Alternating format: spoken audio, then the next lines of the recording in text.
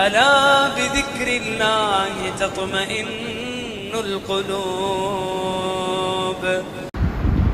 الحمد لله نحمده ونستعينه ونستغفره ونؤمن به ونتوكل عليه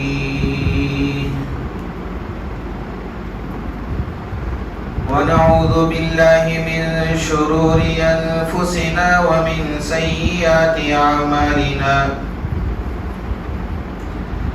من يهده الله فلا مضل له ومن يضلله فلا هادي له.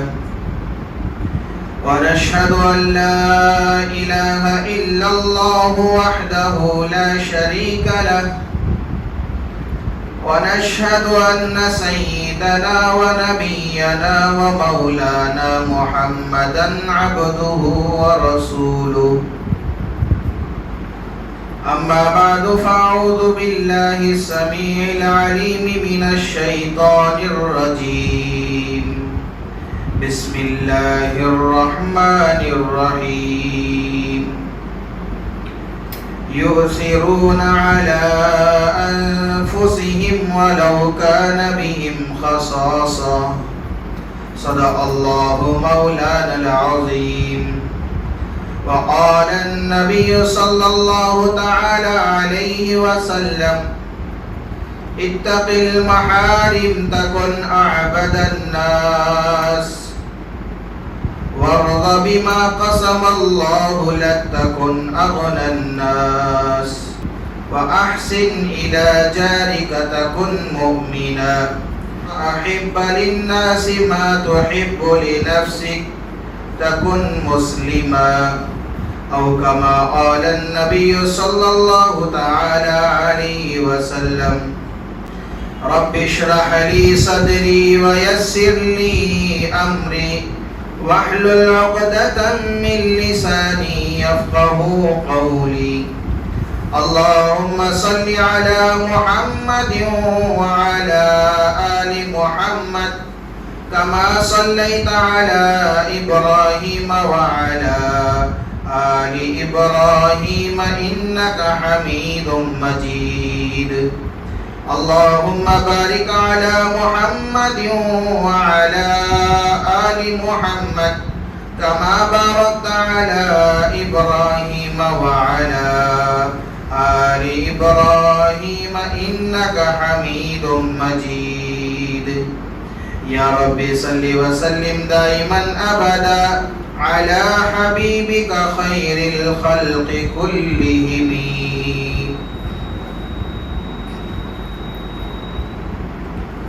معزز سامعین کرام اور میرے غیور مسلمان بھائیوں، بزرگوں اور دوستوں،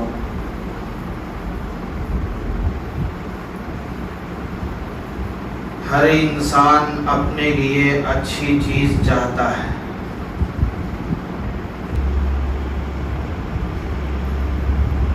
اپنا کھانا، اپنا پینا،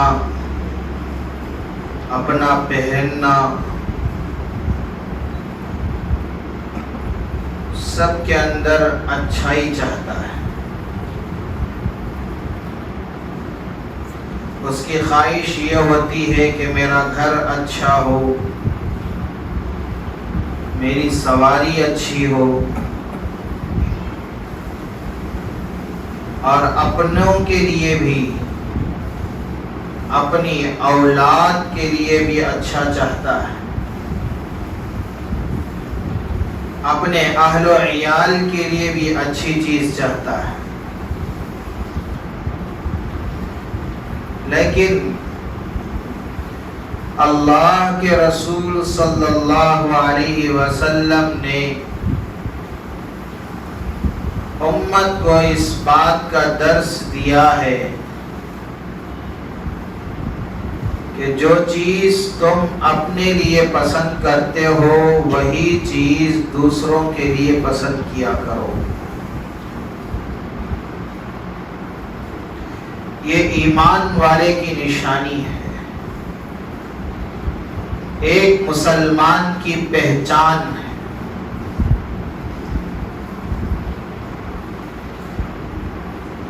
اگر ہمارے ذہن کے اندر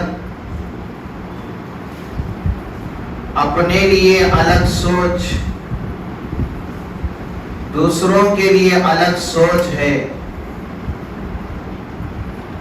تب تو یہ بہت ہی شرمندگی کی بات ہے کہ اپنے لیے الگ فکر، دوسروں کے لیے الگ فکر ہے. حالانکہ صحابہ کرام رضوان اللہ تعالی عنہم اجمعین جیسا اپنے لیے بھلائی چاہتے تھے، دوسروں کے لیے بھی بھلائی چاہتے تھے. اپنے لیے نفع چاہتے تو دوسروں کے لیے بھی نفع چاہتے تھے.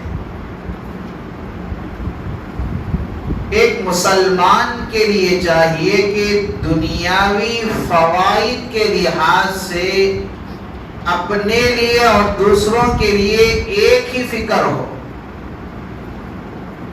ایک سوچ ہو. وہ چاہتا ہے کہ میں اچھا کھاؤں تو دوسروں کے لیے بھی اچھا کھلانے کی فکر. وہ چاہتا ہے کہ اچھا پہنوں تو دوسروں کے لیے بھی اچھا پہنانے کی فکر. وہ چاہتا ہے کہ میں اچھے گھر میں رہوں، میرا گھر اچھا رہے، میری سواری اچھی رہے، تو دوسروں کے لیے بھی یہی سوچ ہو. ایک مسلمان کی یہ پہچان ہے کہ جو چیز اپنے لیے پسند کرتا ہے وہی چیز دوسرے بھائی کے لیے بھی پسند کرتا ہے. اس کا مطلب یہ نہیں کہ اپنے لیے نقصان چاہتا ہے تو دوسرے کے لیے بھی نقصان چاہے.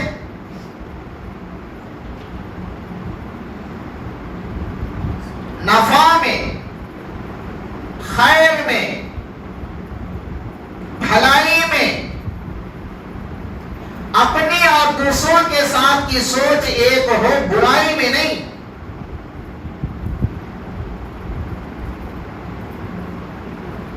اللہ رب العزت نے صحابہ کی تعریف بیان فرمائی قرآن کے اندر، یؤثرون علی انفسہم ولو کان بہم خصاصہ.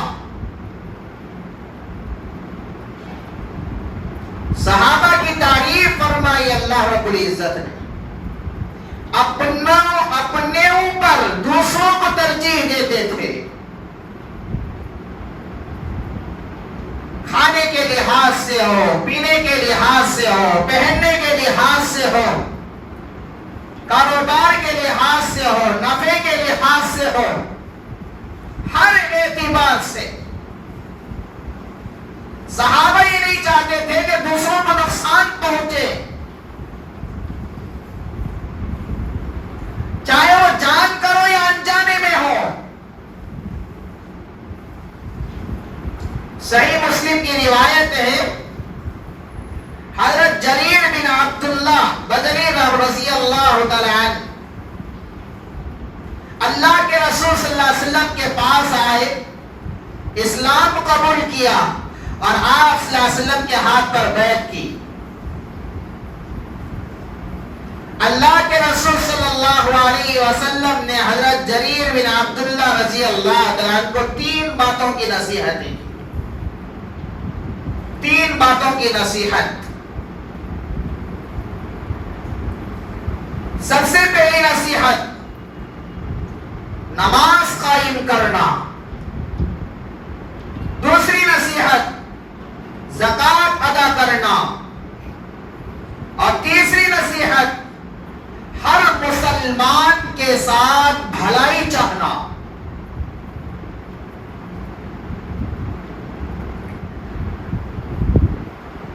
کہ اس بات کا اثر حضرت جریر بن عبداللہ رضی اللہ عنہ پر اتنا ہوا کہ ایک مرتبہ اپنے غلام کو پیسے دے کر بھیجے، اپنے غلام کو بھیجے اور کہا کہ بھائی جاؤ گھوڑا خرید کر لاؤ۔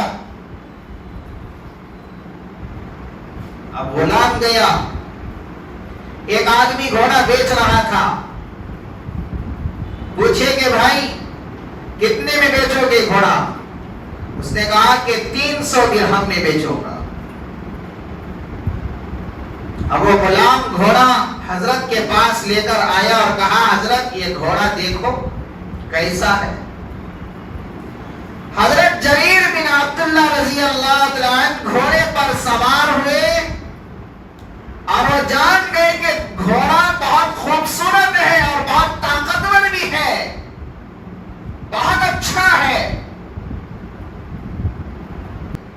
حضرت جریر اس گھوڑے کو دیکھے اور فوری طور پر اس گھوڑے کے مالک کو بلوایا اور کہا کہ بھائی کتنے روپے میں بیچو گے؟ اس نے کہا حضرت 300 درہم میں بیچو گا۔ حضرت نے کہا کہ نہیں، اس کی قیمت اور زیادہ ہے۔ اس نے کہا حضرت 400 درہم دے دو۔ حضرت نے کہا کہ نہیں اور زیادہ ہے۔ اس نے کہا کہ حضرت 500 درہم دے دو۔ حضرت نے کہا کہ اور زیادہ ہے۔ اس نے کہا حضرت 600 درہم دے دو۔ حضرت نے کہا کہ اور زیادہ ہے۔ اب گھوڑے کا مالک کہنے لگا حضرت میرے ساتھ مذاق کر رہے ہو؟ میں نے کہا کہ اس کی قیمت 300 درہم ہے اور آپ بار بار کہتے ہو کہ اور زیادہ ہے۔ حضرت نے کہا کہ بھائی اس کی اصل قیمت ہے 800 درہم۔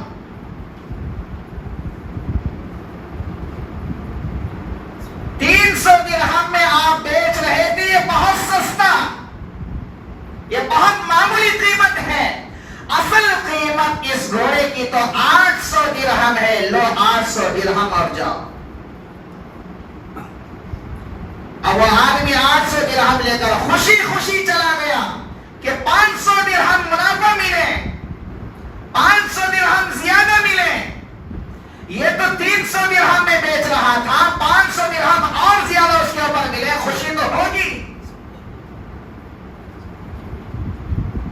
حضرت جریر کے جو غلام تھے انہوں نے کہا حضرت وہ تو 300 درہم میں بیچ رہا تھا، آپ اس کو لے لینا تھا، اور آپ تو 800 درہم نے اس گھوڑے کو خریدا۔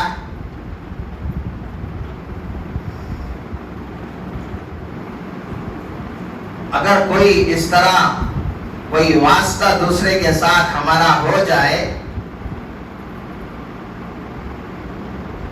تو ہم کیا کرتے؟ کسی دکان پر گئے، 800 کی چیز 300 میں دے رہا تھا، دکان کا مالک نہیں ہے، دکان میں کوئی اور بیٹھا ہوا ہے، 300 میں دے رہا ہے، اور ہمیں معلوم ہے کہ اس کی اصل قیمت 800 روپے ہے۔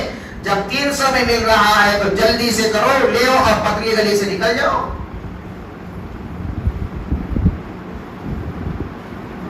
یہ ہمارا ایمان، صحابہ کا ایمان کیسے تھا؟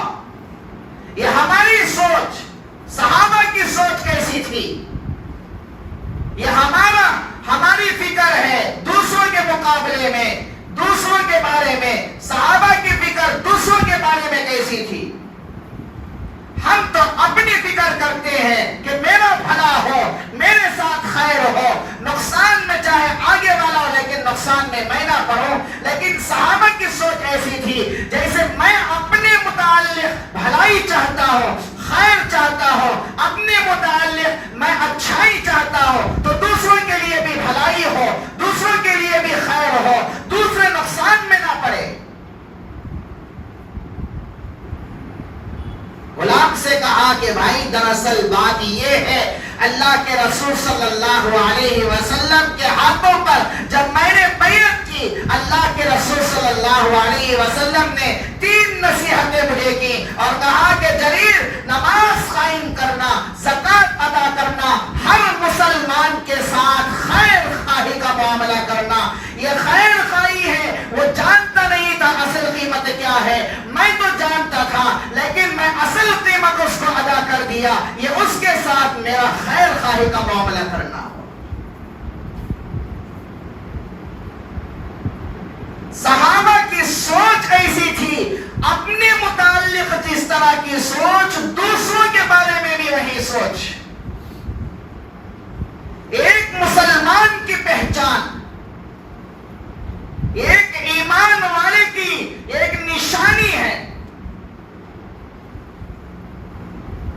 صحابہ تو ایسے تھے، خود بھوکے رہتے تھے، دوسروں کو کھلاتے تھے، خود پیاسے رہتے تھے، دوسروں کو پیاسا نہیں دیکھا کرتے تھے، خود کے پاس سواری نہیں ہے لیکن دوسروں کے متعلق فکر مند ہویا کرتے تھے،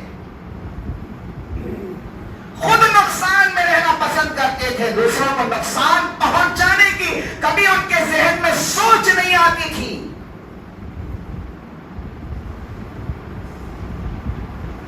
اللہ کے رسول صلی اللہ علیہ وسلم کے پاس ایک صحابی آئے، بہت بھوکے تھے، کہا کہ اللہ کے رسول صلی اللہ علیہ وسلم بہت بھوکا ہو، حالت بہت خراب ہے۔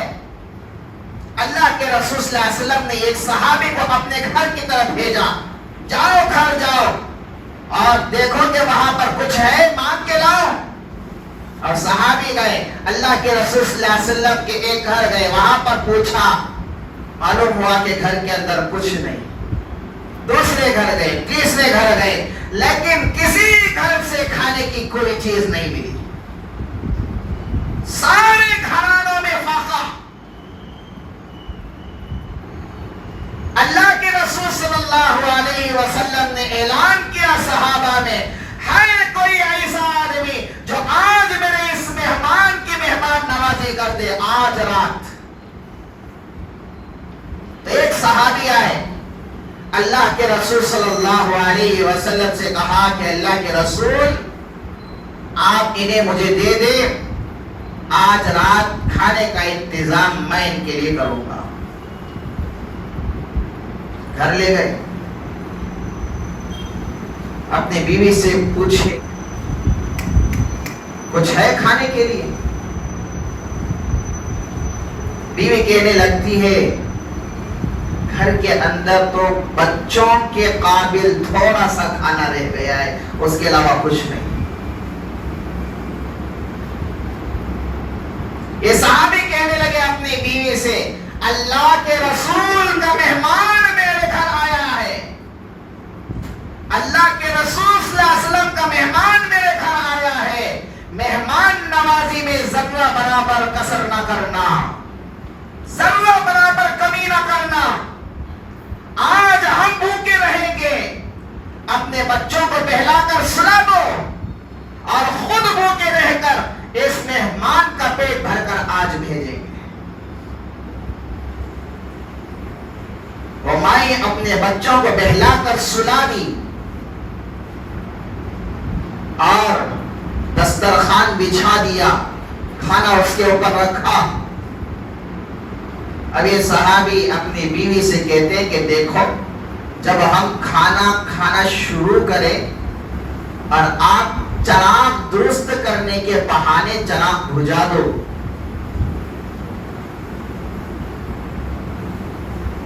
اب جب چراغ بجھ جائے گی تو نظر نہیں آئے گا اور ہم ایسے ایکٹنگ کریں گے گویا کہ ہم بھی کھا رہے ہیں لیکن ہم بھوکے رہ کر مہمان کو کھلائیں گے۔ دسترخوان بچھا دیا، مہمان آئے، بیٹھے دسترخوان پر، کھانا شروع کیے، بیوی گئی اور جا کر چراغ درست کرنے کے بہانے چراغ بجھا دی اور یہ سے کر رہے تھے گویا کہ یہ بھی ساتھ میں کھا رہے ہیں، لیکن مکمل طور پر اپنے مہمان کو کھلایا، اس کا پیٹ بھرا۔ اور صبح سویرے اللہ کے رسول صلی اللہ علیہ وسلم کے پاس آئے، نبی علیہ السلام کے پاس جبرائیل امین آ گئے قرآن کی آیت لے کر اور فرمایا اللہ کے رسول صلی اللہ علیہ وسلم یؤثرون علی انفسہم ولو کان بہم خصاصہ، یہ وہ لوگ ہیں جو اپنے پر دوسروں کو ترجیح دیتے ہیں، حالانکہ خود فقر باغوں میں ہے، خود تنگی کے اندر ہے، گھر کے اندر کھانے کے لیے کچھ نہیں، خود بھوک ادا اللہ کو اتنی پسند آئی کہ قرآن کی آیت ان کے حق میں نازل فرمائی. قرآن نے ان کی تعریف قرآن کے اندر بیان فرمائی ہے. خود بھوکے رہتے تھے لیکن مہمان کو کھلا کر بھیجتے تھے. خود پیاسے رہتے تھے لیکن دوسروں کو پیاسا رکھنا یہ ان کے لیے گوارا نہیں ہوتا تھا. یرموک کا موقع ہے، جنگ کا میدان ہے. ایک صحابی مشکیزہ لے کر، چھوٹا سا مشکیزہ لے کر آگے میدان کی طرف بڑھتے ہیں. خیال یہ دل کے اندر ہے میرا چچا زاد بھائی جنگ میں گیا ہوا تھا، شاید وہ پیاسا کہیں پڑا ہوا ہوگا، اس کو پیاس لگی ہوئی ہوگی. میں یہ پانی لے جا کر اپنے چچا زاد بھائی کو پلاؤں گا، اس کی حالت کیسی ہے دریافت کروں گا. چچا زاد بھائی کو تلاش کرنے کے لیے یہ صحابی چھوٹا سا مشکیزہ لے کر آگے بڑھتے ہیں.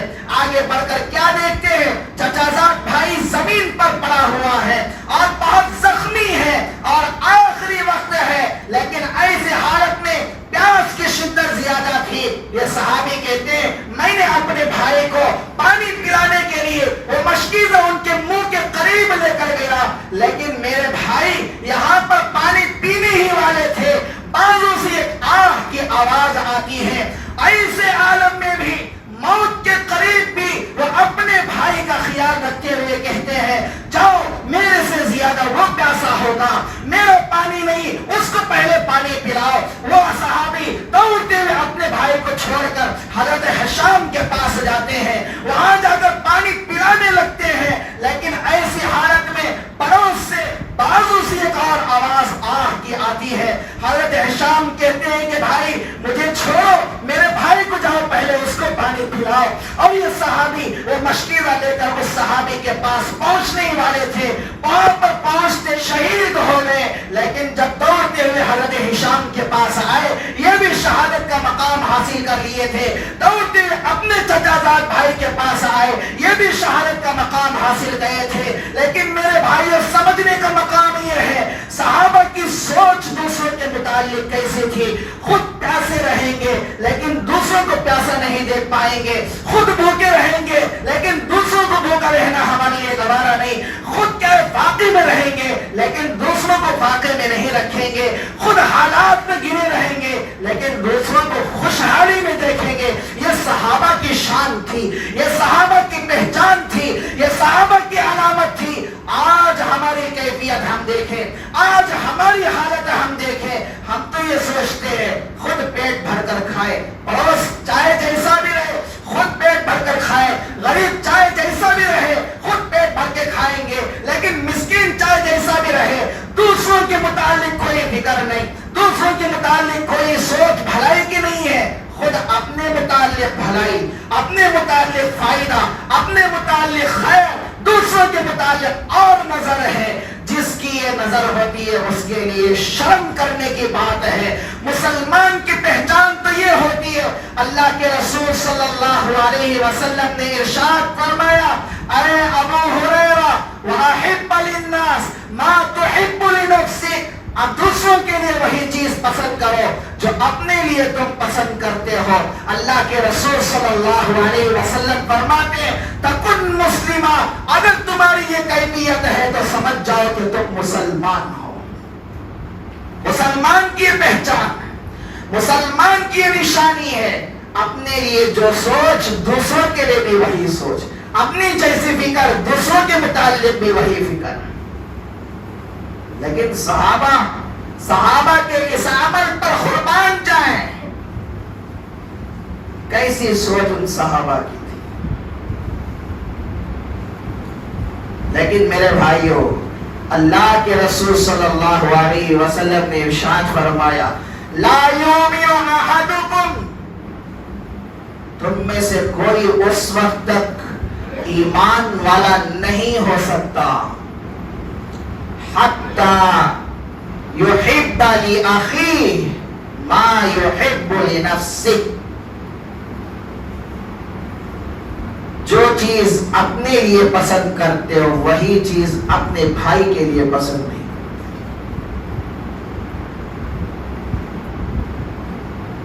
مومن کی پہچان نبی نے کیا بیان فرمائی؟ تم اس وقت تک ایمان والے نہیں ہو سکتے جب تک کہ جو چیز اپنے لیے پسند کرتے ہو وہی چیز دوسروں کے لیے بھی پسند کرنے لگو گے.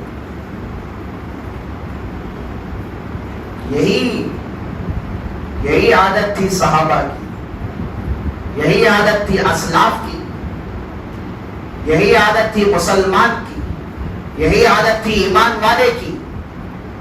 آج ہم دیکھیں کتنے فیصد ہم مسلمان ہیں، کتنے فیصد ہم مومن ہیں.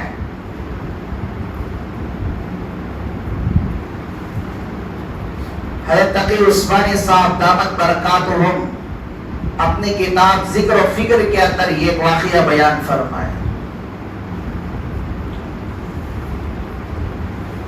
1963 عیسوی میں حج کے لیے گئے حضرت. 1963 عیسوی میں حج کے لیے گئے. حضرت کتاب میں لکھتے ہیں کہ میرے ساتھ ایک آدمی تھا، اس نے خود یہ واقعہ بیان کیا. حج کے لیے گئے ہوئے تھے، خرید و فروخت کے لیے بازار گئے. ایک دکان کے پاس، کپڑے والی دکان کے پاس گئے. وہاں پر کپڑا دیکھا، بہت اچھا تھا، پسند آ گیا، قیمت بھی طے ہو گئی.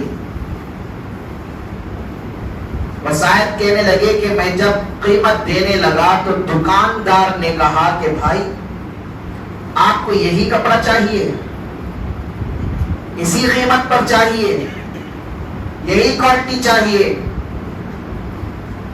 کہا کہ ہاں. کہا کہ آپ کو یہی کوالٹی، یہی قیمت، اسی طرح کا کپڑا بازو دکان میں مل جائے گا، جاؤ وہاں پر لے لو. حضرت فرماتے ہیں کہ وہ صاحب بہت حیران ہوئے اور دکاندار سے پوچھا کہ بھئی کیا بات ہے، میں تو تیرے پاس آیا ہوں خریدنے کے لیے اور تو وہاں پر کیوں بھیج رہا ہے؟ دکان کے مالک نے کہا کہ نہیں بھائی آپ وہاں چلے جاؤ اور اس کے پاس جا کر خریدو. اس آدمی نے کہا کہ نہیں بھائی بتاؤ، میں تو آپ کے پاس آیا ہوں اور آپ سے میرا معاملہ طے ہوا ہے، قیمت بھی طے ہو گئی ہے، آپ اس کے پاس کیوں بھیج رہے ہو؟ دکاندار نے کہا کہ نہیں اس کے پاس چلے جائیں. حضرت فرماتے ہیں کہ یہ اصرار کیا کہ بتاؤ بات کیا ہے. تو اس دکان کے مالک نے کہا کہ بھائی بات دراصل یہ، صبح سے اب تک میرے دکان پر بہت گاہک آ چکے ہیں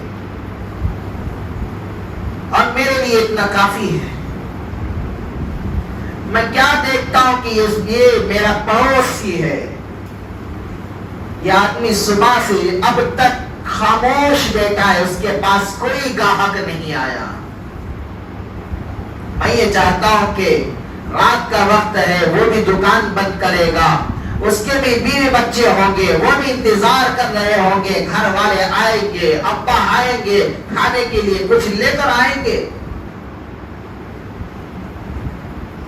میرا تو گزارا چل جائے گا، آج کے لیے اتنا کافی ہے. اس کے پاس کوئی گاہک آج نہیں آیا، اس لیے میں کہتا ہوں کہ بہتر یہ ہے کہ آپ اس کے پاس جا کر لے لیں.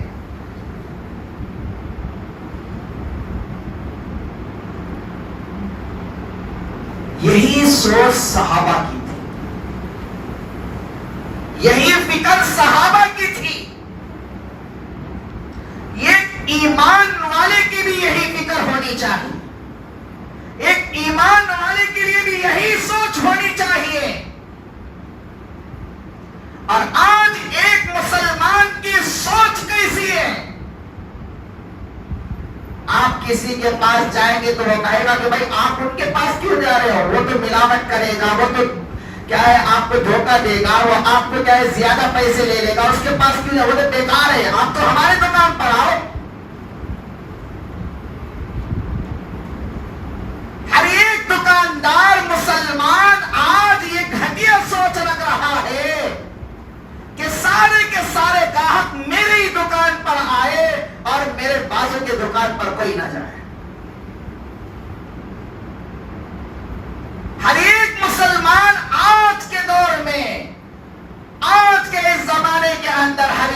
مسلمان یہ سوچ رکھ رہا ہے اور ہر ایک گاہک کے ذہن کے اندر یہ بات ڈال رہا ہے کہ دوسرا برابر نہیں، میں ٹھیک ہوں، ان کے پاس نہیں جانا، صرف میرے پاس آنا، اور دکان بھی بازو بازو رکھیں گے، وہاں اس کا دکان اس کے اپوزٹ میں یہ کھولے گا، اس لیے کہ اس کا گراہک ٹھپ پڑ جائے، میرا اچھا چلے۔ مقابلہ، وہ 10 روپے لگ رہا ہے، میں 8 میں بیچوں گا اور زیادہ میرا دکان چلے۔ یہ ایمان والے کی پہچان نہیں ہے، یہ مسلمان کی نشانی نہیں ہے، یہ ایمان والے کی نشانی نہیں ہے۔